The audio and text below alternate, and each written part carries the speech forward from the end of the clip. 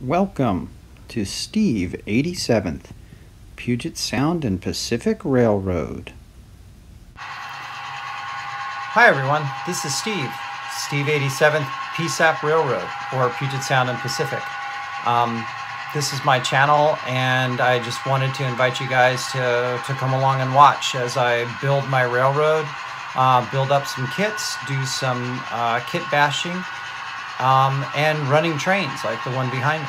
So if this is what you guys like to watch, stick around for a while and see if you like the channel. There we go. Hey everybody, it's Steve 87th here, giving you guys a little bit of an update and a mail call. So we're going to do the mail call kind of first because I got everything here. Actually, we can walk over and do the update. Let me get this going with everything. We'll go ahead and use the selfie stick and see if this actually works pretty well. And then we'll turn it around real quickly. So when it comes to what's going on, let's see how everything is going. Okay, so first of all, we started building our first building. This is kind of going along. This is one of the feed building that you get with the kit. You can see here that we've got it. Now this is going to be highly modified. I have to put over in this area here from about where the loading dock is, which is down here. From here over and then back some is going to be a large white building that's going to sit on top of this. And I don't think it's going to go all the way over there. But what that building actually is that's where all of the machinery is that does all the crushing and the purifying and the mixing and all that. And what's contained in this big white building is going to be all of the sorting bins that you guys aren't actually going to see, but they actually exist. Now, one of the things that I found out too was when I started on my, where are they at? Let me show you here, because I can't find one of them. I started to work on my grain elevator. Okay, there. And it's a 90-foot grain elevator. Well, the 90-foot grain elevator isn't tall enough to hit the top of this building, right? So that it's high enough that I can get gravity feed in there. And then I was looking at my pictures once again, and I found out that I actually have 3 grain elevators, and they're the double bucket kind that Vinny did on BNSF 6951 at one point in time. And I'm going to have to go ahead and replicate them because they're going to be they're going to be actually tall enough. So I need to have one of the grain elevators approximately this tall. So I've got to scratch build the grain elevators, and I'm not quite ready to do that. So over on the layout, come on, let's go over. Over on the layout over here, I've kind of put all of the items that I've so far gotten built. There's the second tower, the 2 storage tanks, the build. You can see I got the dryer unit there. I've just got it sitting up on top of that rack for right now. These are going to be the holding for the finished. And then those 2 I don't even think I'm actually going to use in this build. So we've got a lot more things to do. I have done nothing on the layout. Just what the things that have already been sitting out there. So nothing is new there. And I still continue to do the builds on this. So I've got this building I'm going to try to do. And one of the things that I found out was what I want to use is this evergreen scale metal roofing. Because it has raised edges on it already. I don't know if you guys can see, but there's a pattern. There we go. There's a pattern in there, and then you actually glue the little side things in there, which is very, very much like the building that currently exists there that holds all the machinery. But I don't have enough of it. This is the entire sheet that I have. And if you look at it, that sheet would take up exactly the area that I need with no other room. And I've got 4 more sides to make out of it. So I've got to order some evergreen metal siding. And then I've got, down here, I've got some of the rectangular tubing that we go to use, but this might be a little bit too big. So I'm also, since I have to order some Plastistruck, I might as well go ahead and see if I can find some thinner stuff. to make the buckets. Plus, I need to look at Vinny's video again to see how he actually makes those. And I've got to make 3 of them, actually, because I found out that looking at my video, I have one that's used from the return of the raw materials to begin with. There's another one that actually sticks out of the top of this, which is the tallest one, which is the processing one, which goes to all of the storage tanks to begin with. So that actually might be the dump one, and then this one would be the one that returns it and then sends it into the sorting bins that are inside. And then I've got another one that will be used to, let me go back to them. The other one is actually going to be used for these finished tanks, right?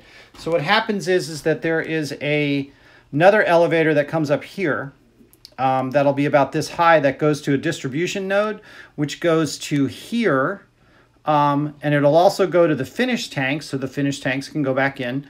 But there's also another building that's going to be on this side of it, which is going to be where we're going to put the bags. So I've got to have another line go off there. I'll have to show you guys the little picture of the layout when I get a little bit closer. So that's where we're at with the build right now. So let me show you some things that came in. Okay, so I've had a couple of mail calls. The first one that I'm really happy with is I've got in the Super Duty Ford fire pumper. I was a little bit disappointed with it because basically what they did was it's the same as the brush truck from River Point Station, but they put the hard suction hoses up there, didn't give you ladders, took out the double cab and put in a single cab, and then put in this pump bed, which you can see here is a little shaky. It's not on there very tight, so that's got to be modified. So little disappointed. River Point Station's usually a little bit better than that with their quality, but I got 2 of those. I've got a third one coming in the mail soon, which is the U.S. Park Service, or the National Forest Service, which I need to have for my forest trucks. So I've got those. Those came in. Another thing that I've been having to get for a little while is these opera window type cars. I think you guys can see that. It's kind of hard to see in the dark, but this is one of the opera window cars. I got this off of eBay for like 10 bucks or something like that. So it's got the opera windows in it for a center beam car. So I've got to get a bunch of center beam cars. The other thing is that Walthers had released a new line of 3-bay hoppers. This is the FURX series, so I bought all 4 of them, which is First Union Rail. Okay, so I actually got all 4 of those that they just newly released on those. So I got those 4. So I got some grain cars, more grain cars, which is, you know, of course, what I needed. I needed more grain cars. And then I got my supplemental box today from Walthers because I needed some more things. Okay, so the first thing I got was a Pike Stuff modern office building. Now this is what's kind of funny. I'm not going to even use this as a modern office building. I have a drive-through that has a rail and a truck drop over it, but it is actually one of these metal buildings. So it's got a solid side, but with the peaked roof. And then and then this entire side over here is open with just some I-beams supporting it on the other side. That actually is going to go up against that white metal building that I was talking about. So this will be where the unload of the rail cars occurs and the unload of the trucks, and an overfill load for the trucks will go. And I'm just going to scratch build that out of this to attach it to the rest of the feed mill. Okay. Of course, what else did I have to go do? I went and got some more grain bins. So these are the smaller Ricks ones from HO scale that are 44 feet tall by 24 feet. So I got 2 of those, which I need. They will work. These 2, I'm not exactly sure if I'm going to need them. They are N-scale grains, which if you guys remember from my last time I did grain bins, I used the smaller grain bins from N-scale to use it as a little bit of a smaller tank and all that. But with some of the other items that I have now, I'm not sure if I need these. I'm pessimistic if I'm going to use those or not, but we'll see. they weren't that expensive anyway. Okay. Oh, yes. I got to build 2 more of these. And this is the Walthers grain bins. So I've got 2 more of these to make. So I bought 2 more of them. That's what's in the box here. So I got 2 of those boxes. And then another thing, and I didn't realize it at the time of which ones I was buying, but I got the Lone Star Wilson grain trailer series, which means I have to put these together as well. I was hoping that these were the trucks and stuff. I didn't really pay that much attention.